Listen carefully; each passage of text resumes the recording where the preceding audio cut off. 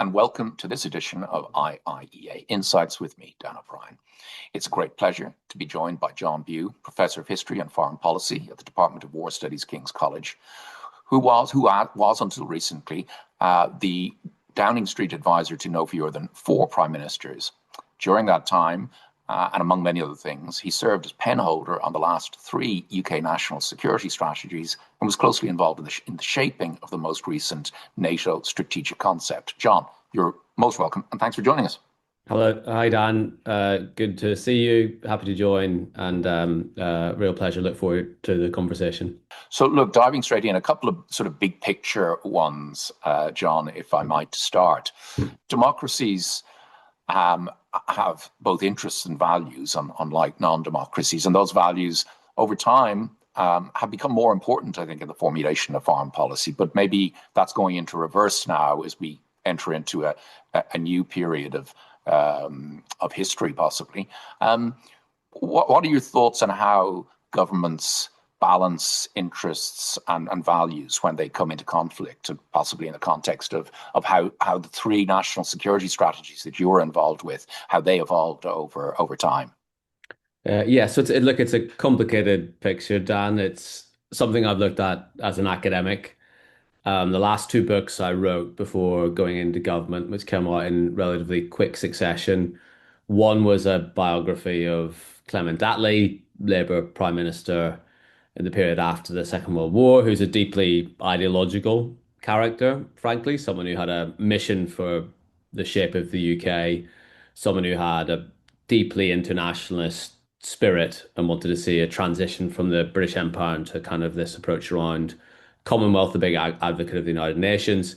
And yet his is a story punctuated by First World War and Second World War and the kind of harsh realities of that. And I don't want to go too deep into that story, but just to give you one example that always stuck with me, Attlee goes out of his way as a socialist, local politician, activist, internationalist to join the First World War and to volunteer, even though he's over the age at which that's possible, and pulls some strings to get into that. Whereas his brother, who to that point has been the great influence on his life, is a pacifist and just doesn't want to fight and ends up in prison for that reason.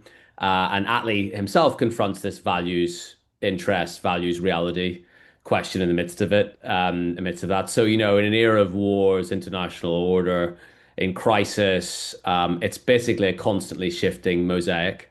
The other book I wrote was on realpolitik, a history. And what I kind of showed in that book, actually, the original notion of realpolitik is actually created by a frustrated liberal in mid-19th century Germany. So someone who believes in the Enlightenment, believes in constitutional government, liberal values, someone who's very progressive by 21st century standards on social questions, on questions of religious tolerance, but who's constantly mugged by reality. And realpolitik as an initial concept is actually, as he defines it, how to achieve liberal enlightened goals in a world that does not follow liberal enlightened means. So that's the sort of academic backdrop. Then you go into government where everything is rough and tumble, where you're constantly compromising on things. I'd say ministers really very consistently do have these fundamental sort of areas of principle. One really significant example for me early in my time in government was the UK's approach on Hong Kong, where on left and right in parliament, inside government, outside government, there was a sense in which the Chinese were breaking previously agreed arrangements. Therefore, provisions were taken to accommodate British nationals overseas. I think there's almost 200,000 people have come to the UK since that moment in time as well. So those things are there, even in the most challenging and unfortunate of circumstances. On the national security strategies, specifically, there's also a public discourse around this as well. And there's a sense in which some of the kind of values and how we articulate them have become too embedded in conversations like this between think tanks and academia and internationally spirited things, and a bit too detached from people's lived realities. You see it in Irish politics, you certainly see it in British politics. And it's all well and good speaking in abstract terms about values when people's life standards, energy prices aren't really improving as well. And so over the course of those national security strategies, actually the Keir Starmer national security strategy, the 2025 one, in some ways is the most unsentimental and most realist and more focused on interest and values than all of them. So you were tracking public discourse. There's no sort of perfect elixir to balance this. Periods of relative security and luxury, I think you can focus more on your values. At periods of crisis, you've got to focus more on your first responsibility as a government, which is delivering for your citizens, protecting for your citizens, improving their security, their prosperity, and their way of life. And that's what people are elected for, and that's right and proper that they should focus on. And that's a value in its own right, by the way. That's a thing that keeps our values-based institutions, our democracies going. Yeah, I was struck at the number of times the word interests is used in the latest security strategy. You've written a lot about international order and how the international order has evolved and how it's been created over centuries. Recent piece that you co-wrote, you discussed the idea of a rules-based order as almost a theological abstraction, going on to say that this approach risks creating an imbalance in our foreign policy in a world where ever fewer states share this approach. Now, that really echoed to me something a French politician said recently, that we in Europe risk playing by the rules of a game that no longer exists. To what extent do you see the rules-based era being over, or is there a possibility it could be resurrected or reinforced, particularly if the U.S. president with the next U.S. president? Yeah, so it's important to explain what I'm saying and not saying, because this is a kind of one of those rare instances in which academic debates become public policy debates and become feed into the conversation around international relations. So people talk about the Mark Carney speech, of course, at Davos about middle powers, but actually at the core of it is a pretty unsentimental assessment of the order that he said has been fundamentally ruptured, not disrupted, it's ruptured, it's gone. But what he says about that order is actually it was kind of a bit of a hypocrisy the whole way through. It was an order based on US hegemony. It suited everyone to talk in this space as well. So even Mark Carney, in some ways, seen as a kind of defender of that order, those rules, someone who believed in that liberal internationalism, is unsentimental about the reality of it. So I take this in two ways. First of all, as a someone who believes in those orders. I've written about people intimately involved in those orders. I'm fascinated academically by the ordering process. So before I went into government, I was writing a book on the pursuit of world order in foreign policy. I've written about Lord Castlereagh, great Irishman, of course, intimately involved in the creation of the post-Napoleonic Revolutionary War Order of 1815, controversial order, but intimately involved in that process. I'm fascinated by what he did. And of course, I mentioned Clement Attlee, who is the prime minister when the United Nations and NATO, etc., are created, and someone who believes in that international. So I believe in it. I buy it. I'm interested in it. I am, however, a little bit impatient with some of the discourse and the narrative around it. One of the things that I find unimpressive analytically is, and this is why I talked about this as a sort of God-given idea, is a kind of story of history that starts in 1945 and doesn't understand the story of history that precedes that. And that the latter story, the post-45 story, focuses on the legal infrastructure, the rules and regulations behind this order. It's often expressed by the class of people in our political and social lives. Let's say people who work in finance or people who work in the legal profession, who are financially, politically, and otherwise tied to those rules and regulations as well. It fails to appreciate the things that actually make international order. International order is a vital and crucial thing. The story of diplomacy in the 20th century is about how to establish an order, even including quite through to the Cold War, a deeply imperfect one. Without order, we have anarchy, we have war, we have chaos, we have want, we have almost existential risk. So I believe in the order, but what you can't do is simply cling to an order that's losing legitimacy or clinging to an order that's not working. I think in that in a number of respects. First of all, Henry Kissinger talked about the fundamentals of a world order being legitimacy. That legitimacy works in two levels. The first level it works is on relative legitimacy among the states in the order. So they have to buy into it. They have they may not love it. They may think it a bit hypocritical, but they have to fundamentally buy into it, particularly the powerful states. The United States consciously doesn't buy into that order anymore. China, I think, probably speaks to that order, but has not really played by the rules of that order over a period of time. So that's first point. Second point is legitimacy comes also from our domestic population. So there's periods in which that order carries a significant degree of domestic political cachet, but you'll see almost domino-like in a series of Western countries the benefits of that order being questioned. So it starts in the United States, like much else besides, when people say, hold on a second, this WTO thing, this expansion of the 1990s order, this focus on free trade has actually seen us run down domestic industry. It's taken heavy manufacturing out of key areas of the United States. It's left us with a fentanyl problem, etc. There's a legitimacy crisis. In the UK, you can see the legitimacy crisis. I think Brexit is part of that, in which the social contract is not working. And in Ireland, you can actually see it in the form of the trucks and the vans who made their way up to Dublin just last week to a certain extent. So, you could barely pick three countries, Ireland, the UK, and the United States, that have benefited more from that international order.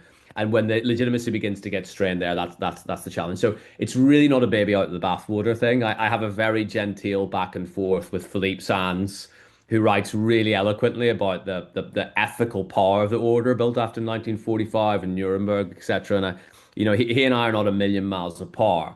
But where we are different is I think some of our historical interpretations about what made the order, and also the urgency of just getting real about the world around us. If we simply preach about rules that our own population, but also other nations are not, sticking to, and we don't do the things that are needed to enforce or negotiate or renegotiate those rules. It's a recipe to nothing. Okay, so just one before we're going to get on to very specific issues now for those viewers who feel we may be talking a little bit in the abstract. But you mentioned Kissinger. An historian, I'd be interested to get your evaluation, because his book Diplomacy was the book that most influenced my thinking and understanding of the creation of international order. As a professional historian, how do you rate that book? Do you think would you recommend that book to viewers? Yeah, I think I'd recommend a few other books ahead of it. So Kissinger's books, I'd recommend A World Restored. So if you're Irish and you want to see an Irishman at the center of a world of international order, you'll see Lord Castlereagh, who very much was an Irish, much more than Wellington claimed to be, by the way, and had a strong Irish sensibility. Someone, by the way, shaken by the experiences of 1798, his failure to deliver on Catholic emancipation in 1801, confronting similar problems of anarchy, disorder, rights, responsibilities, but on an international stage. And Kissinger wrote his graduate work on Castlereagh and Metternich. So that book is called A World Restored. I think that's a really good book. And then more recently in 2014, there's the book on World Order, which is kind of an amalgam of his greatest hits. So I'd sort of recommend those two actually ahead of Diplomacy. I love Diplomacy too. Let me add one thing. It's really not abstract, Dan. This so it's kind of it's the theology, but it's striking. It's going in. It's the conversation at Davos and elsewhere, and it really matters to countries like the UK and Ireland. As I say, I mean it's partially because we have been such beneficiaries of that order. And therefore, we're faced with a choice, which is to try and cling on to it, protect it. Very, very prime example. I mean, Ireland's benefit from the security apparatus, relative stability of security. I saw there's a report in the Irish Times today about, new challenges, hybrid threats, radicalization, bots, etc. So the security order is passing away. And in the economic order, again, Ireland and the UK are two prime beneficiaries of a shift to a services economy. Actually the longest periods of sustained growth. It's not my politics, by the way. I'd like to see a stronger industrial strategy and less of a services economy. But the Treasury will argue correctly with me that since 1945, the longest sustained period of economic growth in the UK has been around the Davos system as well. So we are net beneficiaries at a very, very tangible local political level in terms of how much money and revenue we have, our ability to address issues like housing from this order. So we have a damn almost existential vital stake in in whatever comes next. That's what I'd say. Absolutely. No, that's a very fair point. It's not as abstract as I might have suggested. Look, getting on to some specifics, the UN, how important do you think it will be? It is now compared to in the past, and how important do you think it'll be in the future? And also the future of the Nuclear Non-Proliferation Treaty. You noted in one of your pieces recently that the UN Charter was signed 3 weeks before the first test of the first nuclear bomb. What's the future for the Nuclear Non-Proliferation Treaty? So let's start with the United Nations before we move on to the nuclear side of things. I read a book manuscript on a flight I took just 2 days ago by a former student, now a colleague of mine, who just asked me to cast my eye over the book. And it's a book about the an international history of the foundation of the United Nations.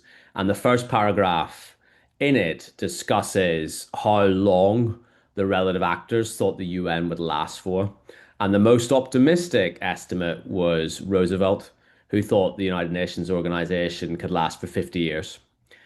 Because their lived experience had been, of course, the collapse of the League of Nations prior to that, which limps into the war, but is essentially dissolved by 1939, 1940.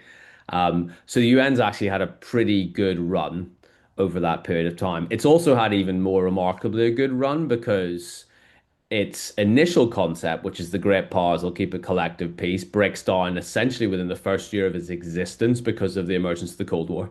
So as a historian, I say, well, this is an impressive thing that's lasted over a period of time through the Cold War, through the Korean War at the start, through the War on Terror as well. It's not in a good position and it's not in a good state. One of the jobs I had with different British prime ministers was to travel every year to the UN General Assembly. One of the things I had to deal with in number 10 in the Foreign Affairs Office was always a call from the Foreign Office about whatever's happening in the UN.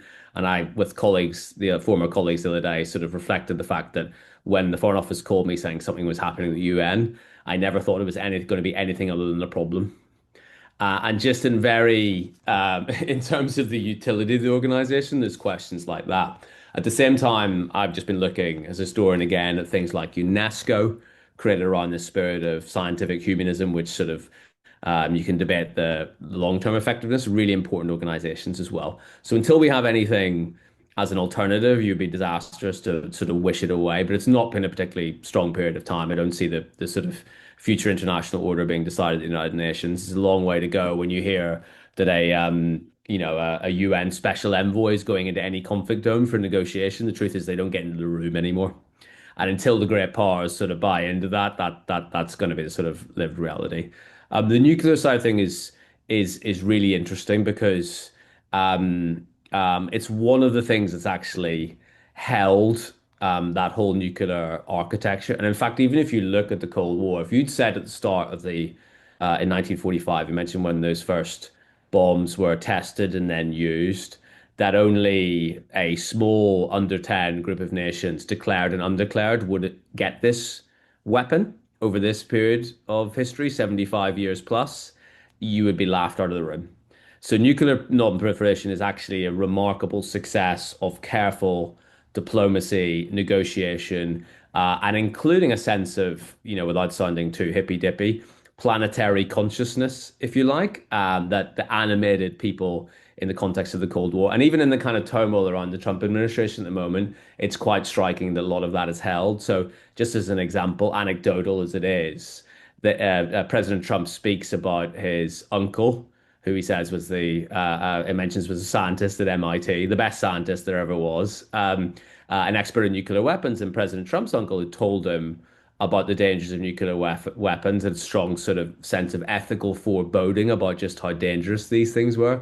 If you look at, say, what the US is saying to European allies and partners, it's get your own stuff together. We're not going to be around for this period of time. But actually, the nuclear sharing arrangements and the nuclear umbrella and extended deterrence is actually held pretty well over this period. Certainly, the signaling is that this is still on the table. So there are areas of successful international management of these issues, which you would be mad to throw away. So when I talk about the rules-based order, don't throw the baby out with the bathwater. NPT would be another example of that. Yes, there's strains. Yes, there's issues. Yes, there's challenges. But that whole sort of spirit of management of existential risk, might also be not only deployed on nuclear issues, but transferred also to artificial intelligence as well. And just a specific one, how likely do you think it is that a friendly European power would seek to acquire nuclear weapons over the next 10 years or I so? mean, look, it's hard. So the two countries mentioned that don't have nuclear weapons, obviously France and the UK have their own nuclear deterrence. The UK's is declared to NATO. The French is more doctrinally independent of that as well. The UK system is very tied up with the United States' extended deterrence concept, and just in terms of infrastructure, capability, technology, industrial base is even more tied up with that. The French is probably a little bit more tied up than the French care to admit as well in the midst of it. So that's sort of where you are now. You've had changes in British, mild adaptations in British nuclear policy, so an increase of warheads in 2021, which is in our national security strategy. The French have done the same more recently and have spoken about a possible shift in doctrine. I think that's probably where the action's at, where I'd focus most of my energies. And then other European powers who've been mentioned in this context have been Germany, where I think it's far too much of a leap, but you might have other capabilities like deep precision strike considered that Germans hadn't thought about beforehand. I mean, 65% of new money in European defense is German. So that's the one to watch. And of course, Poland as well, which is committed the sort of highest of the larger European economies, by far the highest overall portion of GDP to defense and security as well. So I don't think you'll see a rush to nuclear proliferation in that area. In the Asia, Indo-Pacific is also worth monitoring as well, because by all metrics, Japan could shift nuclear very quickly. They could if they felt they were being exposed by a lack of US protection, or that relationship was difficult. The same is also said because they've got a good nuclear infrastructure as well. South Korea as well, which of course is faced with North Korea in the midst of it. So there's sort of possibilities for proliferation. I wouldn't overstate the momentum behind any of that because of the cost, because of the risk, because of even in a period of turmoil, what the United States thinks about it as well. Okay, look, let's pivot to Asia. What your views on China are in terms of its longer term ambitions. Do you see its longer term ambitions as to push the US out of Asia Pacific and dominate that region, or do you think it's got bigger global ambitions to become the most preeminent global power? Now, of course, it could be both of those things, but interested to get your views on where you think China's long term position will be. Because it's such a vast thing. I couldn't possibly do the question justice in a snatched answer. And as you said, that I'm thinking of the various books I've read at different periods of time. So if you want a harem scarum version of Chinese ambition, you'd look at Michael Pillsbury's book, 100-Year Marathon. There are more nuanced takes. I've just been with a former colleague of mine, Rana Mitter in Harvard, excellent British expert on China, who's very thoughtful on Chinese historical perspectives. If you look at the Henry Kissinger book on world order, he talks about the Chinese perspective of where it sits in the world order and actually the sort of restoration of its previous position in time. And then there's lots of analogies used about 1914 or Cold War 2.0 if you Neil Ferguson. So, I mean, the truth is it's really complicated and nothing is set in stone. I think, though, the reality and the extent of Chinese innovation growth, I mean, there's sort of, this is the fastest military mobilization in history. It's also the sort of biggest ever in terms of scale, shifting people out of poverty, developmental leap in the history of mankind. Still many problems in China and many challenges as well. So, what you're seeing is a phenomenon that has the capacity in any different scenario to have profound effects on our lives in places like London or Dublin, in a way I think would have been inconceivable for us even to get our heads around 20 years ago, and perhaps a few people were getting their heads around it 10 years ago. So my own view is that there's nothing set in stone. There's nothing inevitable about the identity of China's future political rise. You can take a lot of clues if you look very closely at the CCP, what it believes or what Xi Jinping says. And I, always stress to people it's worth listening very carefully. Like we listened very carefully, or perhaps we didn't listen carefully enough to what President Putin was saying at various points in time.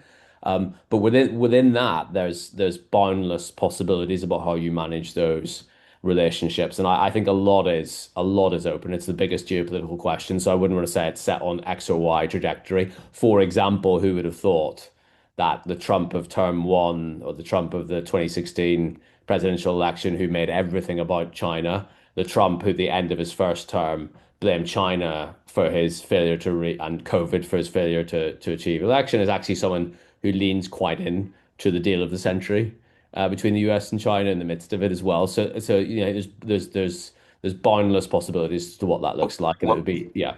that was exactly the next question I was going to ask. That there is talk with the Trump Xi Jinping summit coming up in a couple of weeks. There has been speculation that maybe a grand bargain could be arrived at, which would cede Asia Pacific to China in exchange for China staying out of Western Hemisphere affairs.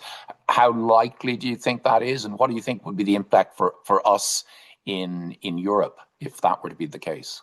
Yeah, I don't think that particularly like it. I don't think this. I think that the rigor with which one would have to prepare a sort of deal of the century on a scale like that, with the complexity involved from semiconductor supply chain to AI risk to, I mean, what does that mean? The US gets out of Asia Pacific, leaves Japan, Korea alone in the midst of it, runs down all its bases for what on the other side of things. So I would suggest the propensity for a deal of the century along those lines is very low percentage chance.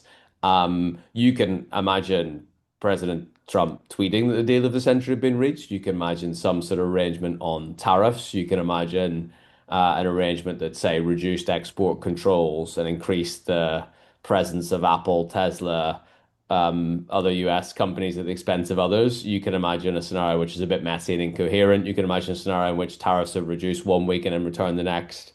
I just think the sort of the planning required for sort of trade-off. That's not how these relationships work. Henry Kissinger talked in the Cold War about coexistence, and then with US China about co-evolution.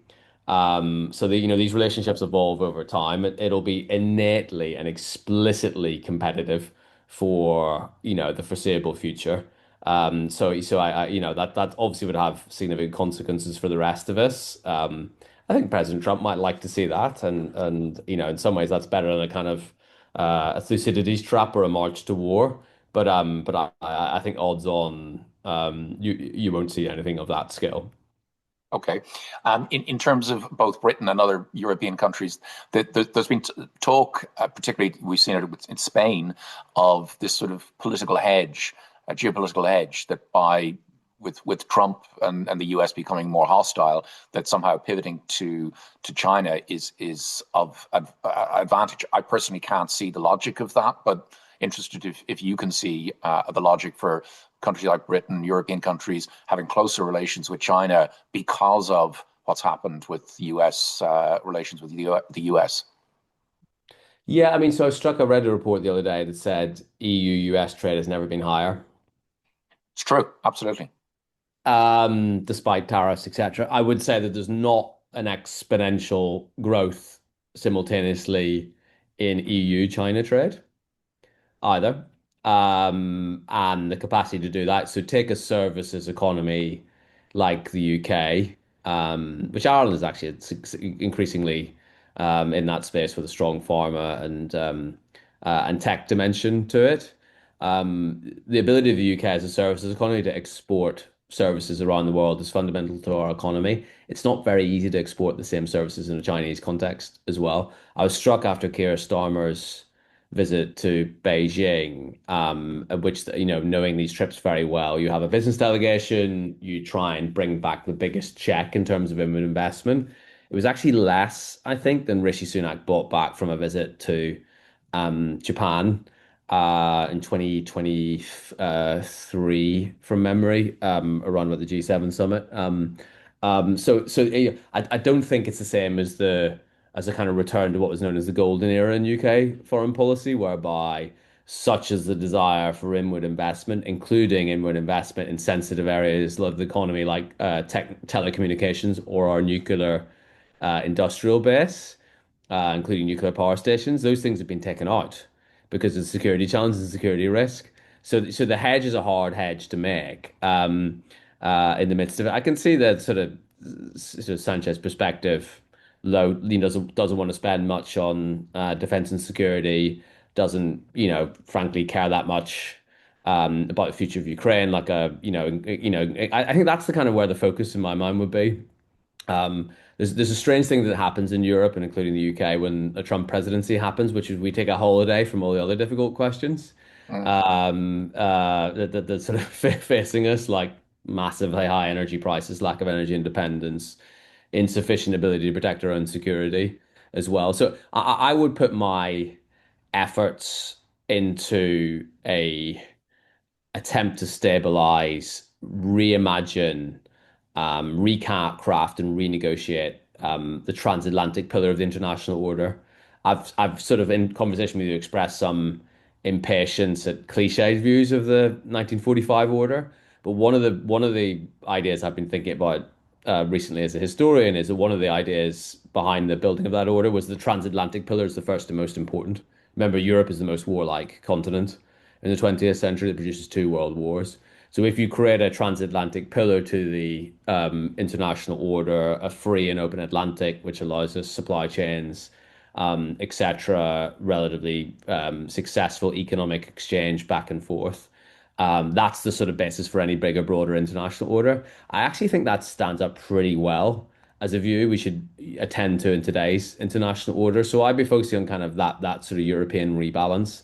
I defend Mark Rutte a little bit more. I know he's been hammered for being seen as too kowtowish and sycophantic to the Trump administration, and loads of Democrats say Trump's like a shark, you got to punch him in the nose, and then he'll go away. And who am I to second guess that? But those of us, I think, trying to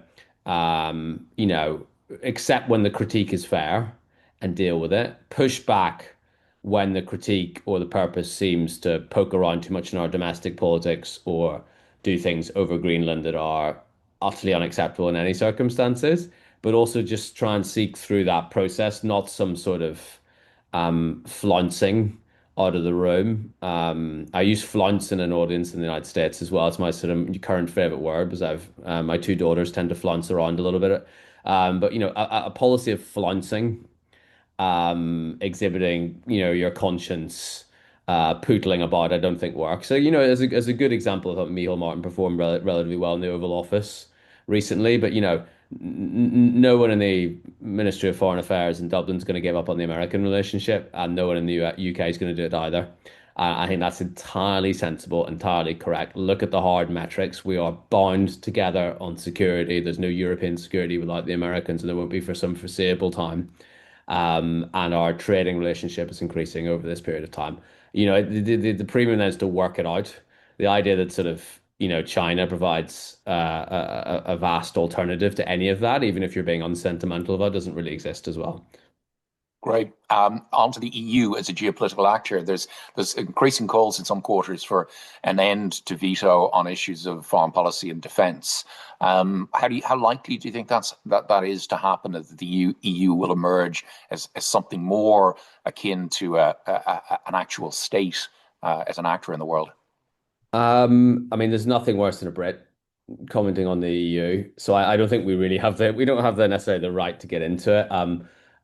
So let me sort of try and skin this particular cat in an elegant as possible fashion. I mean, I've worked over my time in government and subsequently quite a lot with the EU Commission.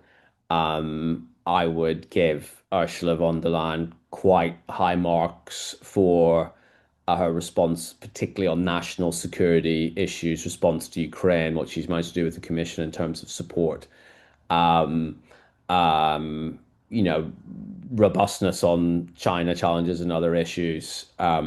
So, credit where credit is due. I think it's very hard for the EU to be that type of foreign policy actor. I think ultimately the power resides still with the nation states, so it matters therefore what French nuclear doctrine is, but it matters, I think, more over a longer period of time how Germany spends this increased money on defense, how Poland spends this increased money on defense. European geopolitics is still remarkably complicated. It was striking to me in a quite difficult Brexit context how the UK's position on Ukraine, for example, was far in advance of the initial French and German positions in terms of robustness for support, doing some really tangible things like provision of lethal weaponry, and how a number of EU states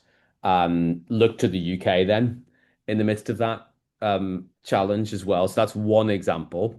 It's so easy to blame the Americans and then by token blame Orban in the midst of it. I, with my students the other day, shared a graph of the first year of military support for Ukraine. So there was one European country, which was the UK, that was giving lethal military equipment before the invasion. And then from 22, and forgive me, this is inexact, so someone will catch me out here, but 2022, February 2022 to January 2023, if you look at metrics of support for Ukraine, the US blows the whole collected European response out of the water in terms of the scale of its report, of its military support for Ukraine. The UK is second in that initial graph, then Poland, Germany, etc. No, that's actually turned on its head. Germany far spends anyone in support of Ukraine. Poland's done a hell of a lot. The Baltic states have done a considerable amount. The EU has meaningfully picked up the burden for financial support for Ukraine over that period of time. However, it's a pretty important period preceding the war and for the first year of the war in which the outcome is really essentially decided. So it kind of remarkable to me when I'm faced with that existential threat. Actually, it's US support that was so vital, and so therefore, when it seems to be reduced, we pull it out. Right. Another example would be frozen Russian assets.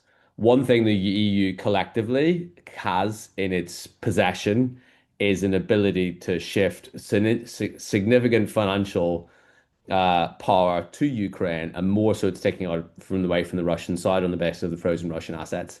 It is not because of the United States that they've failed to do that over the time. It's not singly also because of Hungary. It was initially because of German resistance, which has changed, and also French resistance, which is longer lasting in terms of that as well. So when confronted with the hard realities as to what to do in that period of time, the EU struggled to do so. Not that I so I'm praising the overall response. I think it's been excellent from the start with Ursula von der Leyen. I think the sanctions enforcement has been superb. I'm not saying the EU is redundant. I'm saying it's really quite hard to sort of reimagine that whole defense and security provision. And of course, there's countries with different equities positions like Ireland as well in the midst of it. There's with the position on neutrality as well. So it's just quite hard to move a block of that size. So more interesting to my mind is happening at an E3 level, what's happening at a NATO level. I think Europe has, by the way, a lot of power at its disposal, not necessarily military power, but financial power, economic weight, industrial power, innovation power, etc. Hasn't quite worked out how to distribute it. There's been some examples in the response to Ukraine. So I just don't see a kind of cohesive federal response that transforms everything. That's too hard for Europe. That's too challenging. So your point about Britain moving very quickly towards Ukraine to tease up my final question about the future of EU-UK relations.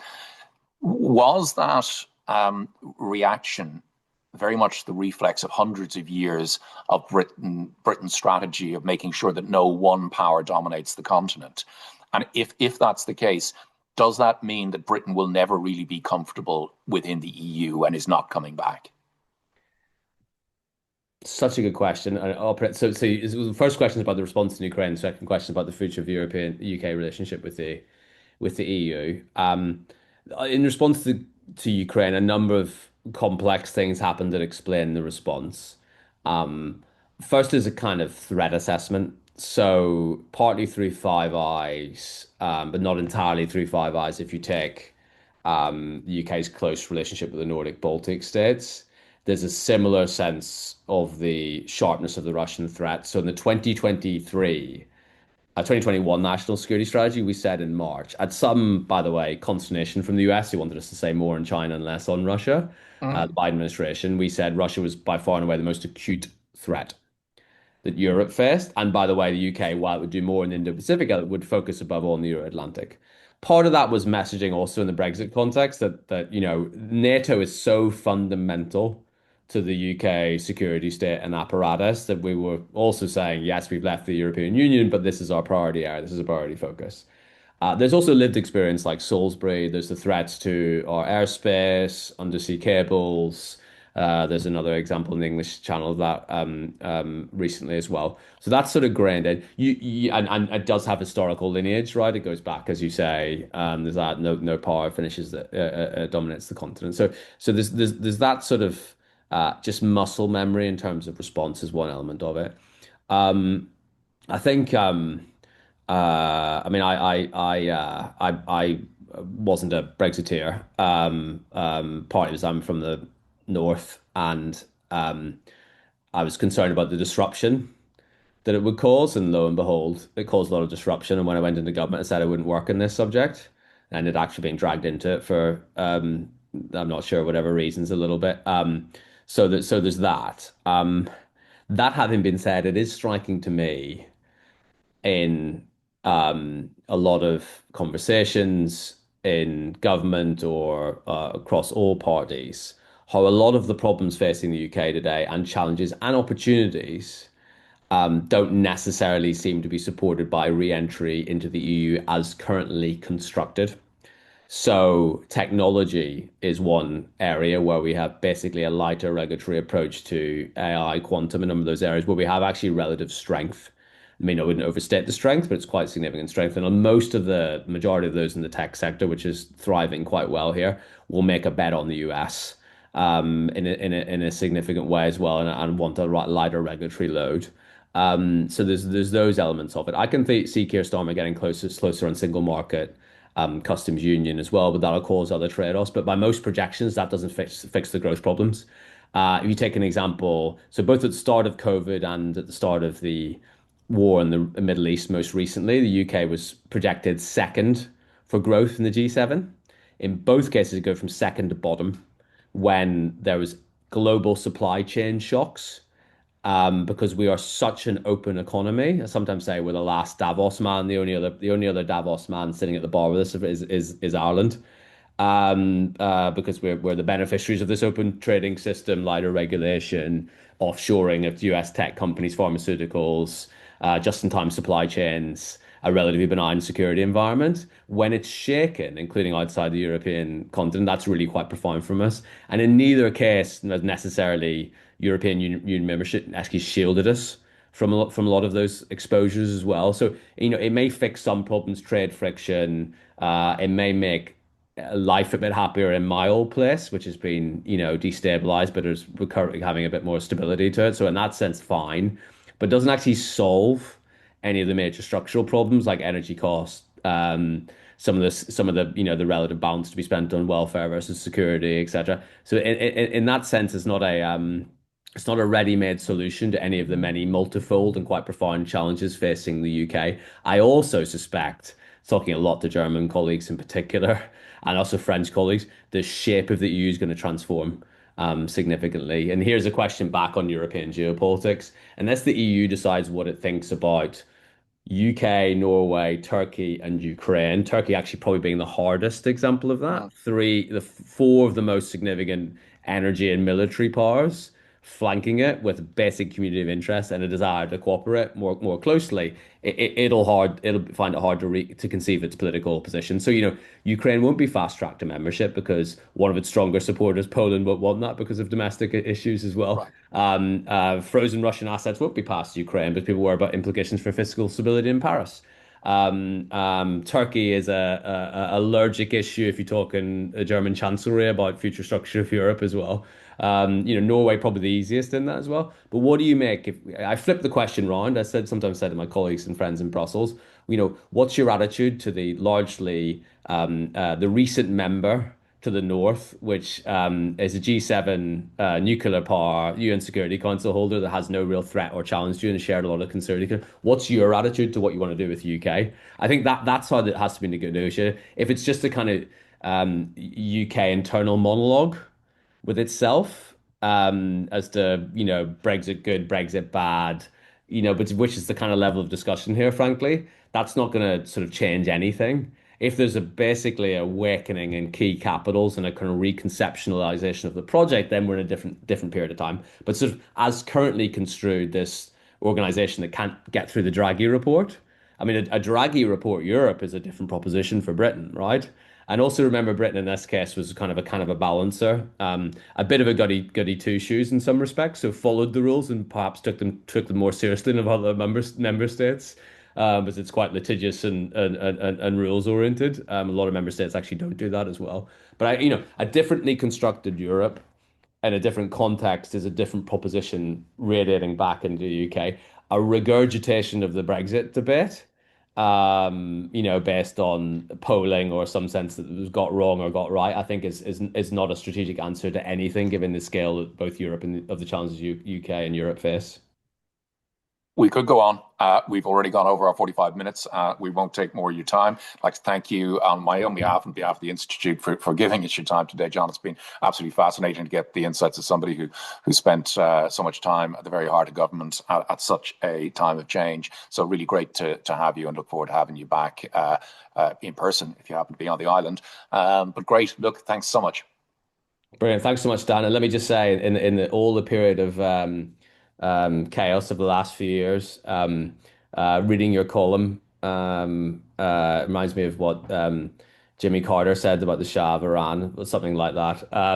It was to paraphrase, an island of wisdom in a sea of instability as well. So kudos to you back as well. You have fans Right. on the side of the water. Very, very kind of you to say it, John. Thanks. Have a great afternoon, everyone. Thank you.